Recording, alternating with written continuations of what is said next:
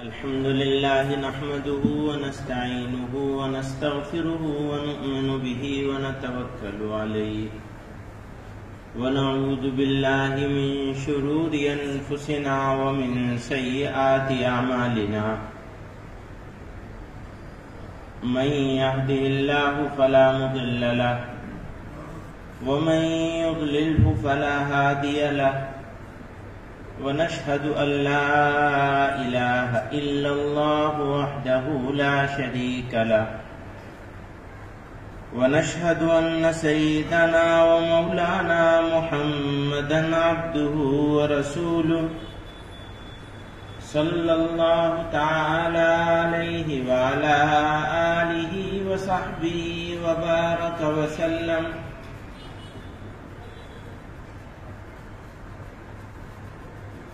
حضرات علماء کرام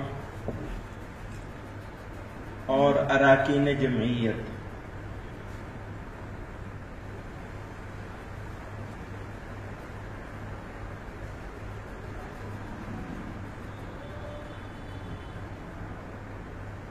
کسی بھی قوم کے لیے تنظیم کا ہونا، جماعت کا ہونا، جمعیت کا ہونا اسی طرح ضروری ہوتا ہے جیسے فرد کے لیے آکسیجن کا ہونا.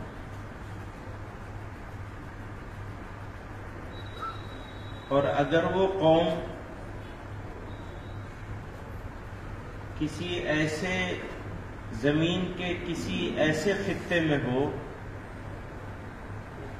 جہاں اس کے سامنے بے شمار چیلنجز ہوں، تو وہاں جمعیت کی، تنظیم کی ضرورت اور زیادہ بڑھ جاتی. حالانکہ اگر قوم کسی ایسے خطے میں ہو جہاں سب اس کے جیسے لوگ ہی رہتے ہوں، تب بھی ضرورت رہتی ہے. مثلا کوئی ایسا علاقہ ہے جہاں صرف مسلمان ہیں، کوئی ایسا ملک ہے جہاں صرف مسلمان ہیں، وہاں پر بھی تنظیم کی ضرورت ہوتی ہے.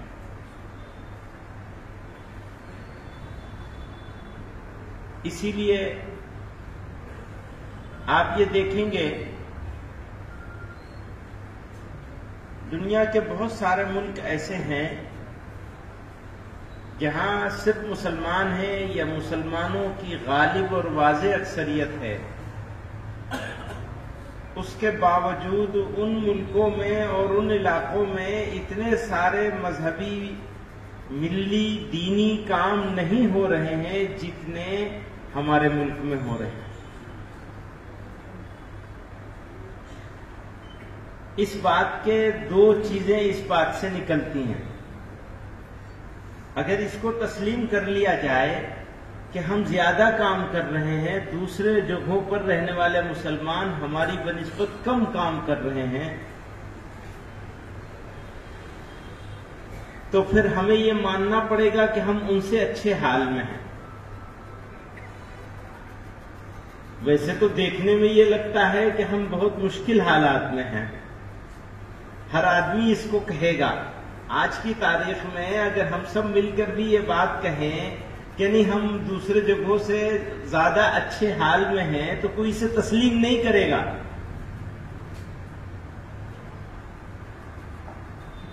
اچھا، مشکل کس کے اوپر آتی ہے؟ مشکل اسی پر آتی ہے جس سے اللہ میں خوش ہوتے ہیں. یہ ہے پہچان خاصان خدا کی ہر زمانے میں، یہ ہے پہچان خاصان خدا کی ہر زمانے میں کہ خوش ہو کر خدا ان کو بلا میں مبتلا کر. سبحان اللہ، سبحان اللہ.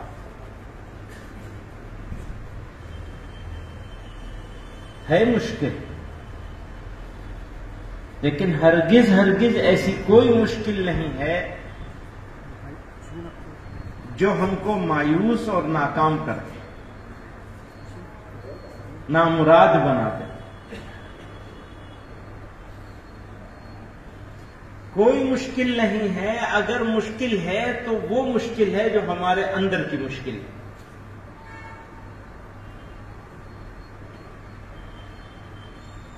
ہمارے اندر کی مشکل کیا ہے؟ چند لفظوں میں اگر اس پر بات کی جائے تو پہلا تو یہ کہ ہم نے سوچنا چھوڑ دیا. جب سوچنا چھوڑ دیا تو ہماری زندگی سے ارادہ نکل گیا. ارادے سے بھی آگے کی ایک چیز ہوتی ہے جس کو کہتے ہیں عزم.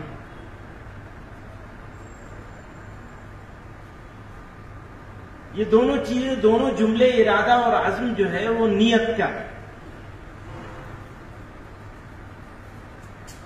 نیت سے وابستہ ہے. تو تمام اعمال کا مدار تو نیت پر ہے. نیت کیا ہے؟ نیت کرنے کی نوبت ہی تب آئے گی جب سوچیں گے. سوچیں گے ہی نہیں تو نیت کرنے کی کیا ضرورت ہے؟ سوچنا، نیت کرنا، عزم کرنا، یہ سب سیکوینس میں ہے، ترتیب سے ہے. قوم نے بحیثیت قوم کے اجتماعی طور پر سوچنا بند کر دیا ہے، اور ہماری سوچ کی رہنمائی اگر کر رہا ہے کوئی تو وہ واٹس ایپ سے ہو رہی ہے. اس واٹس ایپ پہ آنے والی خبریں، جملے، مضامین، ویڈیوز ہماری ڈائریکشن طے کرتی.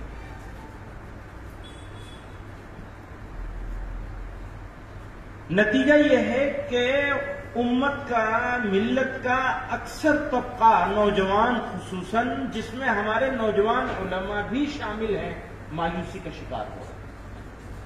بے راہ روی اور مایوسی. میں واپس جاتا ہوں.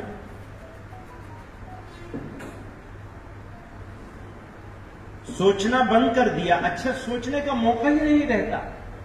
یہ واٹس ایپ، سوشل میڈیا اور ہمارے ہاتھ میں موجود یہ ٹیلی فون نے ہم کو اتنا مصروف کر دیا ہے کہ ہمارے پاس اپنے ضروری کاموں کے لیے وقت کی تنگی ہو گئی ہے.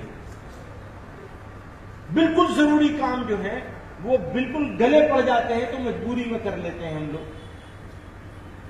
خیر، تو سوچنا بند کر دیا، نیت چلی گئی.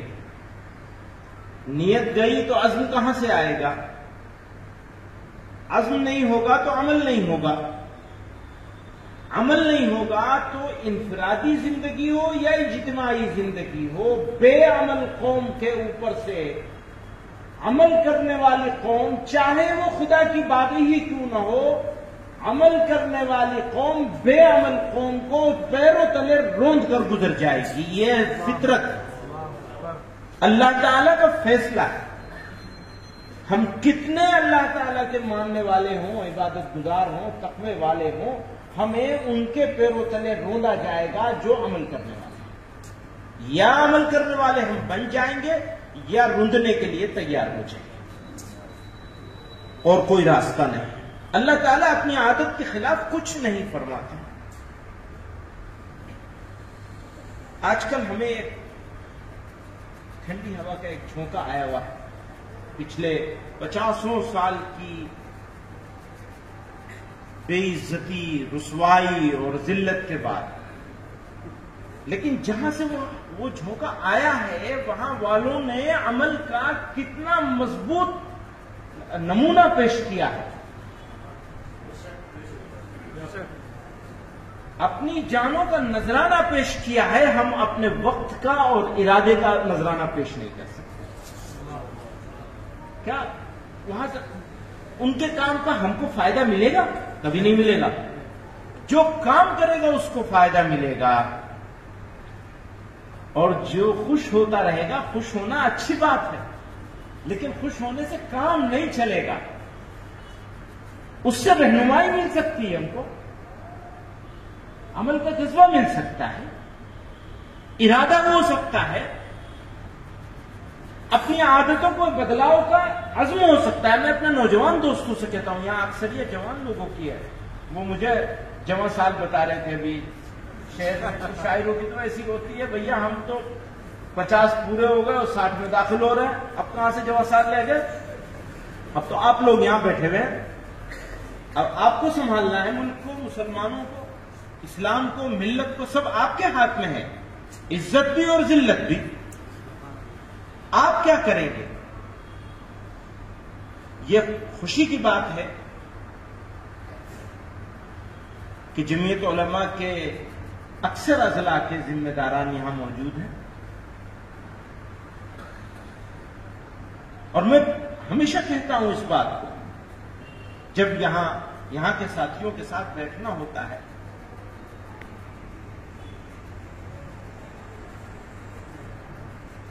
تو ہم سے آپ جتنا چاہے تقریر کروا لیجیے. صابر صاحب کہہ رہے تھے 1 گھنٹہ تقریر کرنی ہے, آپ ہم سے 2 گھنٹہ تقریر کروا لیجیے, بولنے میں کیا جاتا ہے. پر حافظ پیر شبیر صاحب جب جمعیت علماء کے یہاں کام شروع کیا انہوں نے, تو وہ تخت نشین صاحب کی ایک بیگ میں ہوتی تھی پوری جمعیت علماء. آج تو کوئی ایسا کہہ نہیں سکتا نا. اگر کوئی بہت بڑا ٹھیکیدار یہاں رہتا ہو مسلمانوں کا, پورے ملک کے یا پوری دنیا کے, وہ چاہے جتنے دعوے کر لے, لیکن جمعیت علماء کو اگنور کر کے وہ اپنے علاقے میں کوئی کام نہیں کر سکتا, کہہ سکتا ہے, چاہے کتنی بڑی طاقت ہو اس کے. ایک بات کہہ رہا ہوں, کسی کی شخصیت کی طرف کوئی اشارہ نہیں ہے, آپ اس کو کہیں اور مت لے جائیے گا, ہمارا کام نہیں ہے یہ. ہمارا کام تو اپنے ساتھیوں کے بارے میں بات کرنی ہے نا, ہم نے کیا کیا. حافظ پیر شبیر صاحب کا صدارت کے لیے نام پیش کر دیا, پر اپنے ضلع میں کیا کیا ہم نے. جمعیت علماء کے, میں ان سے کہہ رہا تھا حافظ صابر صاحب سے کہ مثلا صوبے میں 30 ضلع ہیں, آپ مجھے بتائیے کتنے ضلع ایسے ہیں جن کو ایک کیٹیگری میں رکھا جا سکتا ہے. کتنے ضلع ایسے ہیں جن کو ایک کیٹیگری میں, کہہ لیں 10.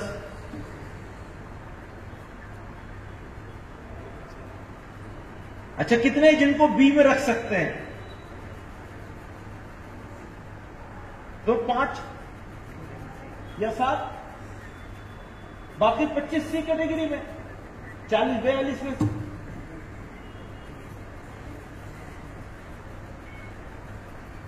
اچھا ایک کیٹیگری کا معیار انہوں نے کیا متعین کیا وہ مجھے نہیں معلوم ہے, میں بتاتا ہوں. ایک کیٹیگری کا معیار یہ ہے کہ سارے سال جمعیت علماء کے تعمیری پروگراموں میں سے کم 3 پروگرام وہ ضلع چلا رہا ہو ریگولر, کم از کم 3, تو اسے ایک کیٹیگری میں مانا جائے. اور نہیں وہ ریگولر چل نہیں رہے ہیں مولوی صاحب, 2 بھی نہیں بچیں گے. اگر آپ ریگولر ہونے والے کاموں میں سے ریگولر کاموں کو دیکھیں گے تو شاید 2 بھی مشکل سے بچیں گے. تعمیری پروگرام تو اٹھا کے دیکھیے, بحث تعمیری پروگرام پر ہونی چاہیے, کیونکہ قوم کو زندہ کرنا ہے, کھڑا کرنا ہے. ایک بچہ اور ایک بچی جو آپ کے علاقے میں رہتا ہے اور مسلمان ہے, اگر وہ تعلیم یافتہ نہ ہوا, اگر وہ مہذب نہ ہوا, اگر اس میں کمی رہ گئی, تو ہمارے اور آپ کا وجود اس علاقے میں کیا ہے, یہ فکر دل میں ہونی چاہیے. باقی تو سدھارنے کا کام تو اللہ نے اپنے ذمہ لے رکھا ہے, ہمارے ذمہ تو کوشش کرنے کا کام ہے. تو ہر ایک تک پہنچنے کی کوشش ہم نے کری یا نہیں کری, یہ سوال ہے. اور یہ جمعیت علماء کے وجود کی ضرورت, اگر جمعیت علماء ہے تو کس لیے ہے؟ ایک تو ہے تنظیم کی ضرورت, پھر تنظیم میں جمعیت علماء کی ضرورت. اور جمعیت علماء یاد رکھیے گا, جمعیت علماء نام ہے ایک آئیڈیالوجی کا, ایک نظریے کا, ایک فکر کا, ایک سوچ کا. اگر اس فکر اور سوچ سے انحراف ہو جائے تو جمعیت علماء نہیں ہے. وہ پھر کچھ اور ہے. بہت تنظیمیں ہیں ملک میں اور کئی تنظیمیں اچھا کام بھی کر رہی ہیں.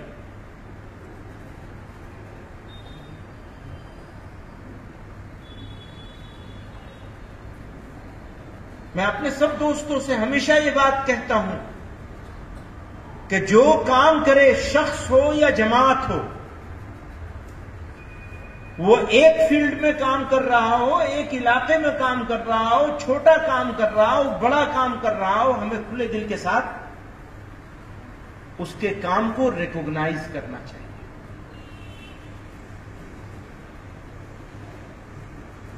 ضروری نہیں ہے کہ سب لوگ سارے کام کریں.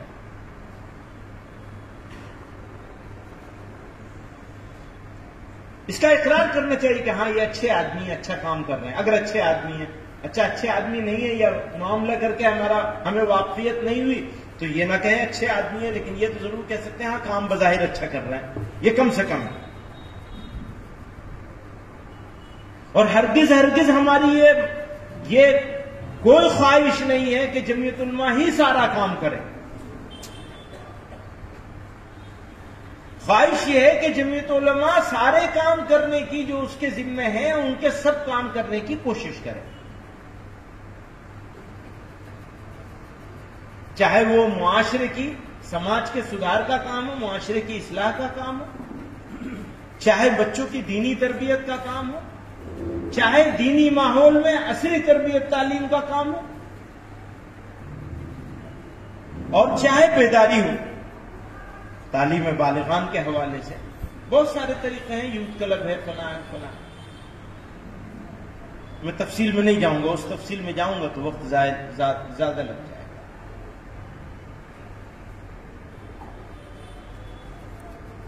نظریہ کیا ہے جمعیت علماء کا؟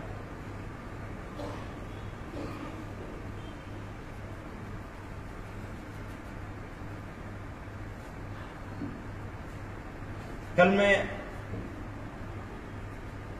امروہہ میں تھا. اتر پردیش کی جمعیت علماء کا صوبائی انتخاب تھا، ریاستی انتخاب تھا. وہاں ایک صاحب نے تقریر کرتے ہوئے یہ بات فرمائی کہ مسلمانوں پہ ایسا وقت کبھی نہیں پڑا جیسا وقت یہ ہے، اور فلاں بہت اچھی سب ٹھیک باتیں تھیں ان کی، کوئی غلط بات نہیں. میں بھی اس کو تسلیم کرتا ہوں کہ بہت نازک وقت ہے اور اس کی نزاکت بڑھ گئی ہے ہماری بے حسی کی وجہ سے. بس اتنا فرق ہے، اتنا ہی ان سے میرا اختلاف ہے. بے پناہ نازک وقت ہے اور اس کی نزاکت بڑھ گئی ہے ہماری بے حسی تناسانی کی وجہ سے، بے فکری کی وجہ سے.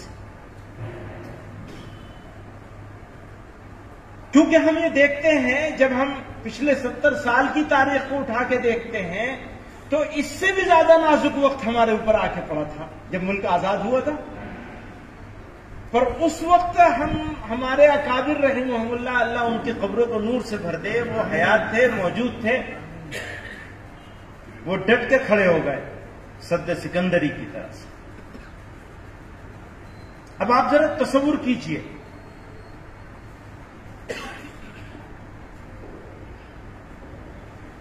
ہمارا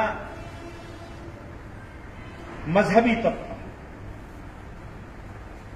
ہمارا سیاسی طبقہ، ہمارا سماجی طبقہ، ہمارا معاشی طبقہ، اقتصادی طبقہ. اقتصادیات کی بات کرتے ہیں تو انڈسٹریلسٹ اور بزنس مین.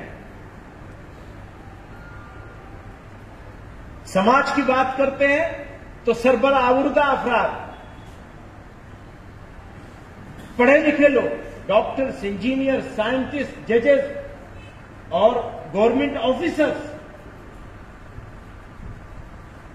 یہ ہمارا مسلمانوں کا جتنا کریمی لیئر تھا 99.9% مائگریٹ کر کے پاکستان چلا. بچا کون؟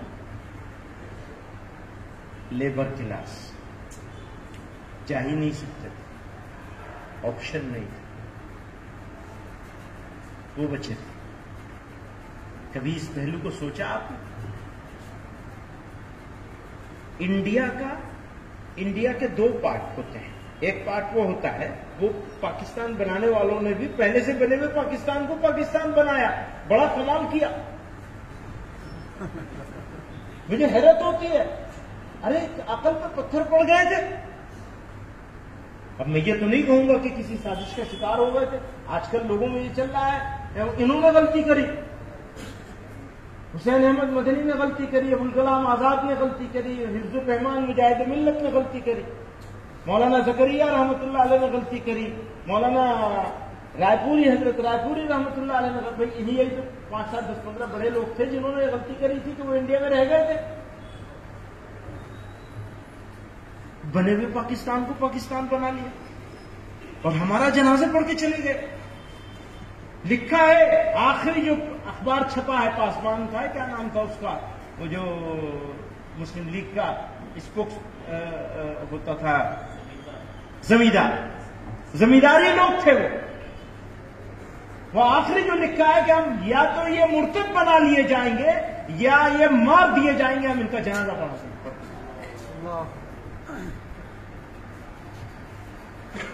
ہم نے وہاں سے سفر شروع کیا تھا کہ ہمارا دوست ہم کو یہ کہہ کے جا رہا تھا کہ ہم ان کی جنازہ پڑھ کے جا رہے ہیں. ہمارا دوست، ہم نے وہاں سے سفر شروع کیا ہے. حضرت جی ذرا اس پہلو پہ نظر رہے گی اپنی، بھولیے گا نہیں اسے. اور آج ہم کہاں ہیں؟ کون کہتا ہے؟ کون کہتا ہے؟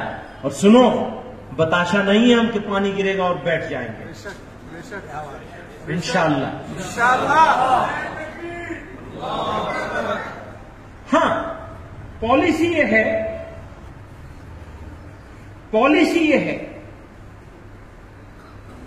ہماری پالیسی یہ ہے، ہماری جماعت کی پالیسی ہے، ہمارے بزرگوں کی پالیسی ہے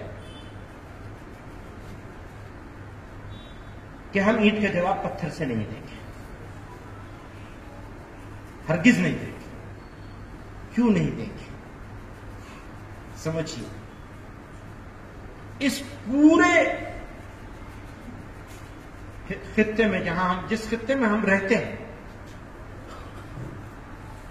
اکثریت آج بھی سارے حالات خراب ہونے کے باوجود اکثریت آج بھی ہماری اور آپ کی دشمن نہیں ہے. اچھا یہ بتائیے، ہم اپنی مرضی سے اس ملک میں پیدا ہوئے یا پروردگار کے فیصلے سے اس ملک میں پیدا ہوئے؟ تو ہمیں اردو میں کیوں نہیں پیدا کر دیا اس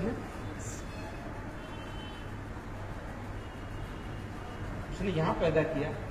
اس کی کچھ حکمت ہوگی نا. وہ کیا ہے حکمت اس کی؟ ہمیں اردن میں پیدا ہونے والے کے اوپر ایک انعام کیا ہے کہ اس کو ایمان عطا فرمایا ہے. اور تو بہت سارے انعام ہیں ہی ہیں ان کے اوپر بھی، ہمارے اوپر بھی. ہمارے اوپر 2 انعام کیے، ہمیں ایمان بھی عطا فرمایا اور ہمیں یہ مقدس سرزمین میدان عمل کے طور پر عطا فرمایا. یہ مقدس سرزمین ہے کیونکہ یہ میدان عمل ہے ہمارا. ہمیں اپنے ایٹیٹیوڈ سے، اپنے رویے سے، اپنے عمل سے، اپنے طرز عمل سے داعیانہ کردار اقوام کے اس سرزمین پر بسنے والی اقوام کے سامنے پیش کرنا ہے. اس کو ہم بھول گئے. اگر ہم وہ جواب دینے لگے تو پھر ہم میں اور ان میں فرق کیا رہ گیا؟ ہم تو داعی ہیں. اگر ہم داعی نہیں ہیں تو پھر ہماری بدنصیبی بھی ہے کہ ہمیں اس سرزمین پہ پیدا کیا، اور اگر ہم داعی ہیں تو ہماری خوش نصیبی ہے کہ ہمیں یہ سرزمین میدان عمل کے طور پر آتی ہے. ہمارا میدان عمل ہے، کام کا میدان. ہم آرام کرنے کے لیے تھوڑے یہاں آئے، ہمیں تو ایک ذمہ داری دی گئی ہے. اس لیے آرام کا وقت کم ہو جانا چاہیے ہمارا اور کام کا وقت بڑھ جانا چاہیے. کام کی ترتیب ہوتی ہے. اس لیے میں کہتا ہوں ہر چیز پر کمپرومائز کیا جا سکتا ہے، نظریے پر نہیں کیا جا سکتا، آئیڈیالوجی پہ نہیں کیا جا سکتا. اپنے فیصلے سے رہے تھے یہاں اور وہ صحیح فیصلہ تھا. سنیے، ہمارے جتنے قابل افراد تھے وہ ہمیں چھوڑ کے چلے گئے تھے تو ان کے پاس ہم سے زیادہ قابلیت جمع ہو گئی تھی. آپ سمجھ رہے ہیں؟ ایک نقطہ یہ بھی ہے، دھیان رہے، ہمارا قابل آدمی بھی ان کے پاس چلا گیا. تو تعلیم کے لحاظ سے، تربیت کے لحاظ سے، دین کے لحاظ سے، دینی حمیت اور بیداری کے لحاظ سے وہ ہم سے ڈبل ہونے چاہیے تھے. ہونے چاہیے کہ نہیں ہونے چاہیے؟ اور ہماری دعا ہے کہ وہ ہو جائیں ہم سے ڈبل. ہمارے لیے خوشی کی بات ہے کہ وہ ہم سے ڈبل ہو جائے. کوئی ڈبل ہو جائے ہم سے، ہمارے لیے خوشی کی بات ہے. اللہ کے راستے میں چلنے والے لوگ اس جذبے کے ساتھ چلنے لگے تو ہمارے تو وہ سر آنکھوں پر سرتاج ہوں گے ہمارے. پر معافی کے ساتھ عرض کروں گا، ہم سے آدھے پر ہیں ہر لحاظ سے، دینی تعلیم کے لحاظ سے بھی، دنیاوی تعلیم کے لحاظ سے بھی. میں دنیاوی بات بھی کروں گا اور آپ کہیں گے تو میرے پاس میں نے جمع کیا ہے ڈیٹا، اس کی سلائڈز بنائی ہوئی اور کچھ ضلعوں کو ہم منتخب بھی کریں گے آپ کے یہاں سے، جن کو دلی بلائیں گے اور اپنے ساتھ 3 دن کم سے کم رکھیں گے اور وہ سلائڈز کے ذریعے سے بتائیں گے ہم ان سے ڈبل کیوں آئے اور وہ ہم سے آدھے کیوں ہیں. اس پر ہماری کوئی بحث نہیں ہے، لیکن ہم ان سے ڈبل ہیں ہم ثابت کریں گے انشاءاللہ اس ملک میں، اس سرزمین پر جہاں ہمارے پاس کوئی اپرچونٹی نہیں ہے، جہاں ڈسکریمنیشن ہے، امتیاز ہے. تو ہرگز مایوس ہونے کی ضرورت. یہ ساری باتیں کیوں بتا رہا ہوں؟ اس لیے کہ میں کسی کا وکیل نہیں ہوں، میں تو آپ کا وکیل ہوں. بتا اس لیے رہا ہوں تاکہ آپ مایوس نہ ہو جائیں. قوم کو مایوس کرنے کی کوشش ہو رہی ہے. پورا ایک مسلمانوں کے نام پر نام نہاد مسلمانوں کا ایک گروہ کھڑا ہو گیا ہے جو قوم کو مایوس کرنے پہ لگا ہوا ہے. کون سی چیز ہے جو ہمارے لیے مایوسی کا سبب بن سکتی ہے؟ ہم اپنی تعلیم سے، اپنی تربیت سے، اپنے رویے سے، اپنے طرز عمل سے، اپنے جہد مسلسل سے طاقتور بنیں گے. اور جب طاقت ہمارے پاس ہوگی تو فیصلہ بھی ہم کریں گے. اور طاقت تو ضروری ہے. پہلے زمانے میں ڈنڈے کی طاقت ہوا کرتی تھی. وہ بڑے تم تراپ سے آیا تھا ڈنڈے لے کر، دنیا بھر کے ڈنڈے لے کر آیا تھا. سپر پاور، دو سپر پاور کو بے سر و سامان لوگوں نے، 2 سپر پاور کو، پہلے روس اور اب یہ اللہ نے ذلیل کیا. لیکن اللہ تعالیٰ ویسے ذلیل نہیں کرتا، یاد رکھیے گا. بے عمل لوگوں کو ذلیل نہیں کرتا، باعمل لوگوں کے ہاتھ سے. وہ تو بہت اونچے لوگ تھے، بڑے دعوے کر کے آئے تھے. آج ہی میں نے دیکھا جو نیو یارک ٹائمز نے لکھا تھا کہ فلانے ول پے پرائز، نام لے کر کے کہ وہ پرائز پے کریں گے. پرائز تو وہ پے کر کے بھاگا ہے چوروں کی طرح سے رات کے 12 بجے. سامان بھی لے جانے کا موقع نہیں. لیکن خوش ہونے کی بات یہ نہیں ہے. خوش ہونے کی بات یہ ہے کہ ہم کہاں کھڑے. فکر کی بات یہ ہے آپ بہت اچھی جگہ کھڑے ہیں، گولڈن اپرچونٹی ہے آپ کے پاس. ان کے پاس نہیں ہے وہ گولڈن اپرچونٹی. وہ تو اپنے ملک میں ہے، وہ تو 99% سے زیادہ اپنی سوسائٹی کے بیچ میں رہتے ہیں. ان کو وہ اپرچونٹی نہیں ملی ہے جو آپ کو ملی ہے. جو فرض جس کام کے لیے اللہ تعالیٰ نے آپ کو پیدا کیا ہے وہ کام وہ نہیں کر پائیں گے کبھی بھی. پر ہم اور آپ بھی ویسے ہی بیٹھے ہیں آرام سے ایک کنویں میں بند. ذرا اوپر اٹھ جائے. اللہ اور اس کے رسول صلی اللہ علیہ وسلم کی طرف نظر کیجیے. اللہ کے رسول صلی اللہ علیہ وسلم تو وعدہ کر کے لے گئے سب سے پہلے بتا دینا میں نے اپنا کام پورا کر دیا, میں نے کوئی کمی نہیں چھوڑی پیغام پہنچانے میں, گواہ رہنا. وہ جو آخری خطبہ تھا اور وہ ذمے تو آپ ہی کے ہیں, ورنہ ورثۃ الانبیاء وہ کہاں ڈھونڈیں گے اس انبیاء کی وراثت کو, کہاں ڈھونڈیں گے اگر کنویں میں بند رہیں گے؟ نکلنا پڑے گا, تیار ہونا پڑے گا, کام کرنا پڑے گا, محنت کرنی پڑے گی, عزم کر کے, ارادہ کر کے, اور سوچ لیجئے کہ یہ کام چھوٹے گا موت سے پہلے کام بند نہیں ہوگا. ہمارے حضرت رحمت اللہ علیہ, کسی نے کہا حضرت آپ بس ہر وقت سفر میں ہی رہتے ہیں. جمیعت علماء میں بھی دو طرح کے لوگ ہیں, ایک وہ ہیں جو پارٹ ٹائم ہیں, ایک وہ ہیں جو فل ٹائم ہے. مولانا اسد مدنی فل ٹائم تھے, فل ٹائم تھے, دوسرا کوئی کام نہیں تھا. پر کسی نے کہا حضرت یہ کیا ہر وقت آپ بس سفر کرتے, کچھ تو آرام کیجئے. فرمایا آرام تو قبر میں ملے گا.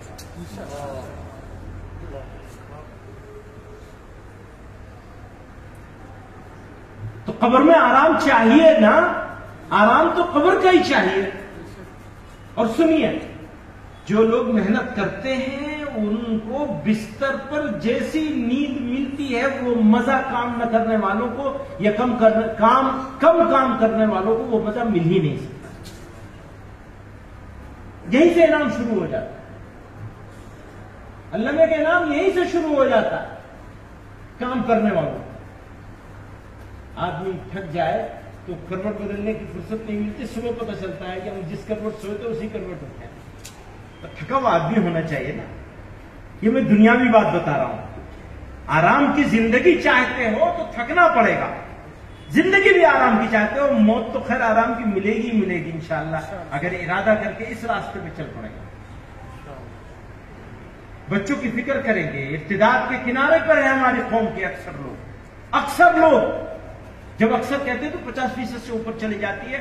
میں کھلی آنکھوں سے دیکھ رہا ہوں, یہ کوئی خفیہ خبر نہیں ہے, کھلی آنکھوں سے دیکھ رہا ہوں کہ 50% سے زیادہ اگلی جنریشن مرتد ہو چکی ہوگی اگر ہم ایسے ہی آرام سے بیٹھے رہے. اگلی نسل جو ہے, ہو سکتا ہے ہم اللہ ایسا دن ہمیں نہ دکھا, لیکن حالات جس طرح جا رہے ہیں, بدل رہے ہیں تیزی سے, حمیت ختم ہو گئی ہے. حمیت نہیں تو کچھ نہیں. پھر وہاں بھی کوئی ضرورت نہیں پڑتی تھی ان کو کچھ کرنے کی. اگر بے حمیت قوم ہوتی وہ کچھ کرنے کی ضرورت نہیں پڑتی. مان لیتے کہاں جو تم کہہ رہے ہو صحیح. وہ حمیت ہی تو ہے جس نے کھڑا کیا ہے اس کارواں کو. اور حمیت جا رہی ہے جوانوں میں سے, بچوں میں سے, بچیوں میں سے. لڑکے لڑکیاں کس طرح سے شادیاں کر رہے ہیں, یہ تو بہت چھوٹی چیز ہے مولوی صاحب, بہت چھوٹی چیز ہے. اس سے بہت بڑا ہونے والا ہے. اللہ نہ کرے ایسا ہو, اللہ اس برے وقت سے بچائے, میری بات جھوٹ ثابت ہو جائے. لیکن جو ہم دیکھ رہے ہیں وہ تو ہے. اسے کیسے پلٹتے ہیں؟ ہاں پلٹ سکتا ہے, آپ لوگ ارادہ. کوئی محلہ, کوئی علاقہ اگر 10 گھر ہے تو بچنے نہیں چاہیے کہ آپ وہاں مکتب کا نظام قائم کریں. برپا کر دیجئے اس نظام انشاءاللہ. میں تو اور بات کہتا ہوں, ہمارے بزرگوں کو بری لگے گی, اس لیے میں بات کہنے سے پہلے واپس بھی لے رہا ہوں اسے. پہلے واپس لے رہا ہوں, میری بات بالکل مانی نہ جائے, لیکن میں یہ کہتا ہوں بڑے مدرسے بند کر دینے چاہیے اگلے 5 سال کے لیے یا 3 سال کے لیے. ہم پہلے مکتب قائم کریں, سارا بجٹ یہاں منتقل کرنا چاہیے, اور مکاتب قائم کرنے کے لحاظ سے, چلانے کے لحاظ سے 6 مہینے کے کورس بنانے چاہیے. وہ جو میاں جی کہتے ہیں, ایک لفظ نکلا ہے, اس کا کچھ بھی آپ نام رکھ سکتے ہیں. اور سب علماء کو نکلنا چاہیے, محلے محلے, علاقے, گاؤں مکتب قائم کرنے چاہیے. اسی پر محنت کرنی چاہیے. یہی ہماری جد و جہد ہے, یہی ہمارا جہاد. اپنے نوجوانوں کے دین کو، بچوں کے مستقبل کو بچانے کے. لیکن ٹھیک ہے، اس کو مت مانیے، پر جتنا بجٹ مدرسے میں لگا رہے ہیں کم سے کم اتنا بجٹ مکتب میں لگا لیں. جمعیت علماء نے، دارالعلوم نے 15% کا 10% کا فیصلہ کیا ہوا.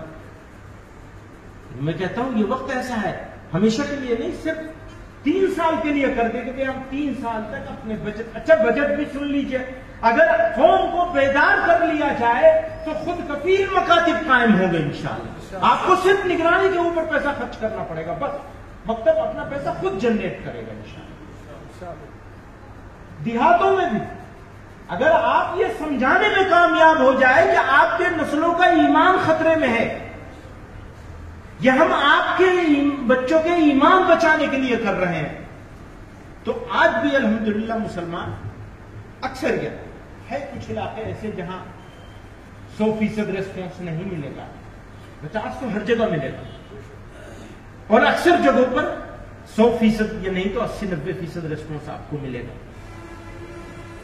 کوشش کرنے کی ضرورت ہے اس کام کو اپنے عزم کے ساتھ، طاقت کے ساتھ، ارادے کے ساتھ، جنون کے ساتھ. ضرورت جنون کی ہے تو چپل پہن کے کام کریں گے، کام ہوگا، ورنہ جوتوں سے بھی اور ہوائی جہازوں سے بھی کچھ نہیں ہوتا.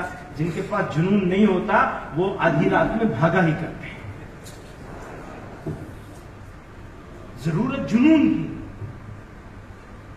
صرف ارادے سے کام نہیں چلے گا. ارادہ فکر کریں، ارادہ کریں، عزم کریں اور جنون کے ساتھ جٹ جائیں. جوانوں کو جوڑنے کے لیے، یہ اسی کام کے لیے جوانوں کو جوڑنے کے لیے یہ یوتھ کلب قائم کیا گیا. لوگ سمجھتے ہیں کہ وہ ان کو رضاکار چاہیے تھے. مجھے کوئی کہہ رہا تھا کہ جمعیت علماء کو رضاکار مل جائیں گے اس بہانے سے. میں نے کہا یہ بونس ہے، اللہ کا انعام ہوگا جو رضاکار ملے گا. لیکن ہم رضاکار بنانے کے لیے نہیں کر رہے ہیں، ہم تو اس کی زندگی بنانے کے لیے کر رہے ہیں، اس کی آخرت کی فکر کے لیے کر رہے ہیں. اس کو گاؤں گاؤں، علاقے علاقے جا کر کام کرنے کے ارادے سے کہ وہ کام کرے گا، سیکھے گا، جڑے گا.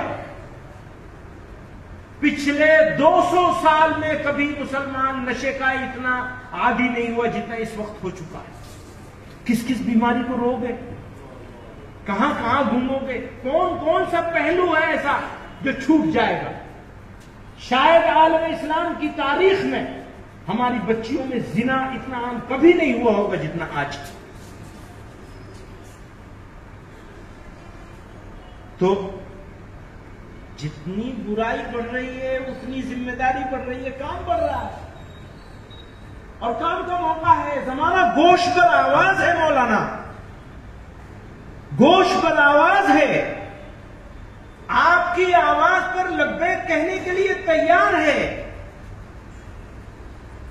جن کے غلام ہیں ان کو تو لوگ پتھروں سے مارا کرتے تھے. آپ کے لیے پھول لے کر انتظار میں بیٹھا ہوا ہے، کاش ہم نکل کے کھڑے تو ہو جائیں. آپ کے سامنے کوئی چیلنج نہیں، اپنی سوسائٹی کی طرف سے کوئی چیلنج نہیں. پیغمبر علیہ الصلوۃ والسلام کو تو اپنے رشتہ داروں کی طرف سے چیلنج، کیا کیا نہیں کیا گیا، حتیٰ کہ قتل کرنے کی، شہید کرنے کی، جان لے لینے کا ارادہ کر لیا. پلاننگ کر کے، منظم طریقے سے طے کر کے کہ جان لے لیں گے لیکن حق بات نہیں کہنے دیں گے، اللہ کا نام نہیں لینے دیں گے. فرمایا اللہ کے راستے میں جتنا میں ستایا گیا اتنا کوئی نہیں ستا.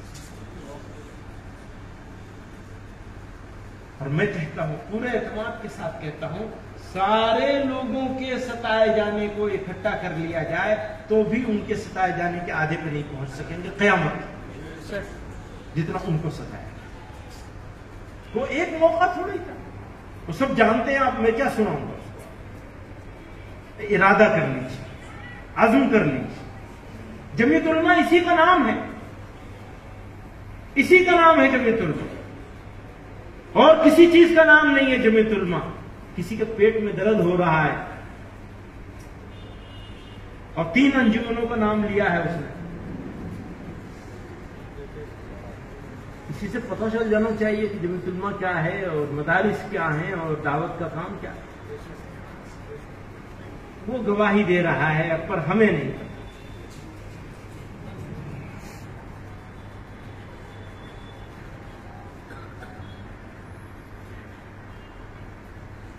کہ ان کے سلجھانے میں جب دقت تمہیں محسوس ہو، ان کے سلجھانے میں جب دقت تمہیں محسوس ہو، اپنی زلفوں کو دکھا دینا پریشانی میں۔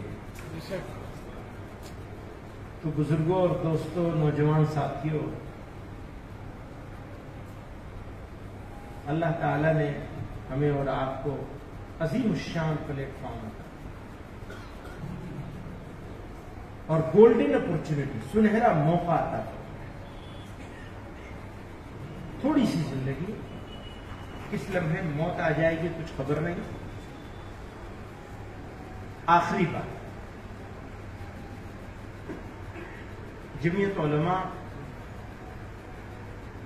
ایک دستوری جمہوری جماعت ہے۔ اس کے نظام میں، اس کے نظام ترکیبی میں جمعیت علماء ہند کی جتنی بھی اہمیت ہے وہ آپ کی وجہ سے۔ جتنا زیادہ آپ کارآمد ہوں گے، جتنا زیادہ آپ کام کرنے والے ہوں گے، جتنا زیادہ آپ منظم ہوں گے، جتنا زیادہ آپ مخلص ہوں گے، جتنا زیادہ آپ محنتی ہوں گے، جتنا زیادہ آپ جہد مسلسل کریں گے، جمعیت علماء صوبہ اور جمعیت علماء ہند خود بخود مضبوط ہوتے چلے جائیں گے۔ اگر جمعیت علماء ہند مضبوط ہے یا جمعیت علماء صوبہ مضبوط ہے تو وہ جمعیت علماء صوبہ اور جمعیت علماء ہند کی وجہ سے نہیں ہے، جمعیت علماء ضلع اور جمعیت علماء مقام کی وجہ سے، آپ کی وجہ سے۔ آپ ہیں تو ہم ہیں، آپ نہیں تو کچھ نہیں، جو کچھ ہے آپ ہیں۔ اس لیے آپ سے کہہ رہے ہیں، آپ کو کھڑا ہوں، آپ کھڑے ہوں گے تو جمعیت علماء خود بخود کھڑی ہو جائے گی۔ اس وقت تو پوری قوم من حیث القوم بے عزت اور رسوا ہے۔ اللہ تعالیٰ آپ کے ہاتھ سے اس رسوائی کو فتح میں تبدیل کرے، حالات کو بدل دے، ارادوں کو بدل دے۔ ہم اندر سے ٹھیک ہوں گے تو باہر والے کو اندر اور باہر دونوں سے ٹھیک کر لیں گے انشاءاللہ۔